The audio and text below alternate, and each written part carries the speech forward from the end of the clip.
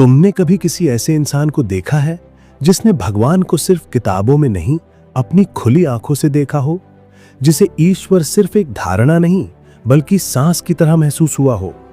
अगर नहीं, तो आज की कहानी तुम्हारे अंदर कुछ ऐसा जगा सकती है जो शायद हमेशा से सोया हुआ था। तुम सुन रहे हो ऑडिबल एआई, जहां किताबें सिर्फ शब्द नहीं, जिंदगी की सीख बनकर आती हैं। आज हम तुम्हें सुनाने जा रहे हैं एक ऐसे योगी की कहानी जिसने भगवान को पाया, आत्मा को समझा और पूरी दुनिया को दिखाया कि अध्यात्म सिर्फ साधुओं का काम नहीं, हर इंसान का जन्मसिद्ध अधिकार है। ये कहानी है ऑटोबायोग्राफी ऑफ ए योगी की, जिसे लिखा है परमहंस योगानंद ने। ये कहानी शुरू होती है 1893 में भारत के गोरखपुर शहर में, जहां एक आध्यात्मिक चमक लिए एक बालक ने जन्म लिया। उसका नाम था मुकुंद, जिसे दुनिया बाद में जानती है योगानंद के नाम से। बचपन से ही उसकी आंखों में कुछ अलग था, जैसे वो इस दुनिया में किसी खोज में आया हो। बाकी बच्चे जब खेलते थे, वो चुपचाप बैठा किसी ध्यान में खोया होता। उसे हमेशा लगता था कि भगवान कहीं बहुत दूर नहीं, बस किसी पर्दे के उस पार है। वो उन संतों के पीछे दौड़ता जिनके बारे में सुनता, कोई बिना खाए जी रहा है, कोई एक जगह बैठे बैठे दो जगह प्रकट हो रहा है। मुकुंद की यही प्यास उसे ले जाती है एक ऐसे मोड़ पर जहां उसका जीवन बदल जाता है।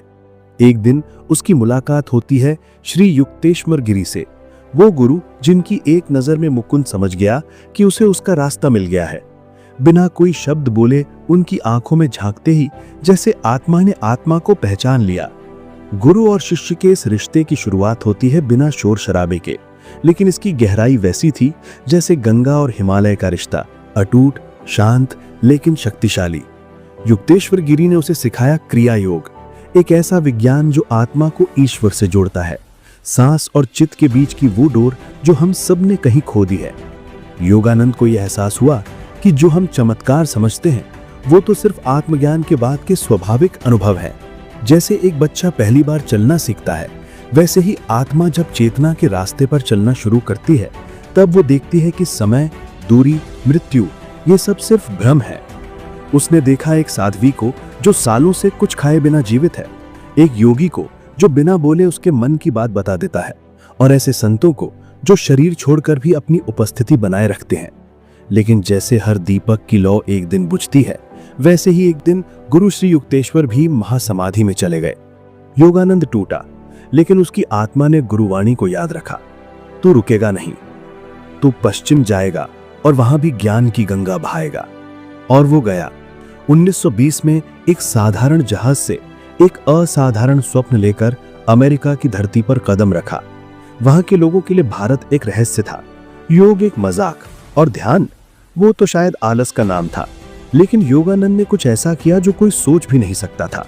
उसने उनके दिलों को छू लिया।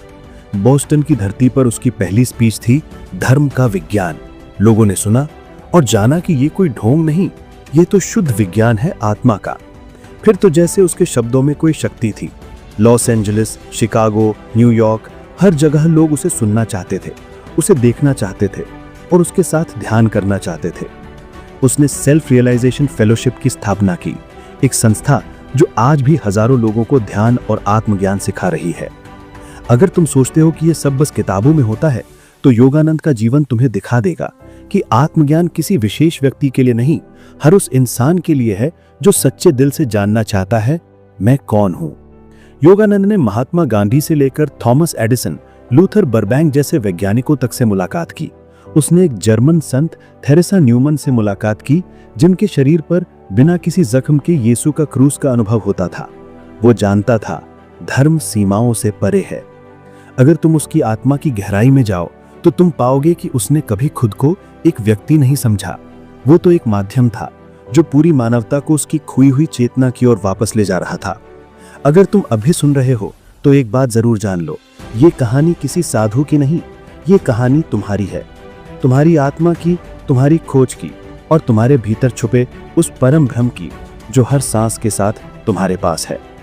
अगर तुम्हें ऐसी ही किताबों से जुड़कर अपने जीवन को बदलना है तो ऑडिबल एआई को अभी सब्सक्राइब करो।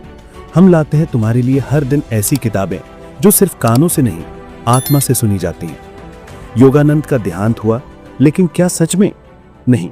एक भाषण के दौरान जब उन्होंने कहा मैं जा रहा हूं, लेकिन मैं कहीं नहीं जाऊंगा। तो बस कुछ ही क्षणों बाद उन्होंने महासमाधि ले ली। कोई पीड़ा नहीं, कोई शोर नहीं, सिर्फ मौन, शांति और एक दिव्य मुस्कान। और वहीं खत्म होती है ये आत्मकथा, लेकिन तुम्हारी शुरुआत वहीं से होती है। क्योंकि अगर तुम अब भी ये सुन रहे हो तो समझ लो तुम्हारी आत्मा ने तुम्हें बुलाया है। आज ही अपने भीतर की यात्रा शुरू करो और याद रखो, तुम भी योगी बन सकते हो।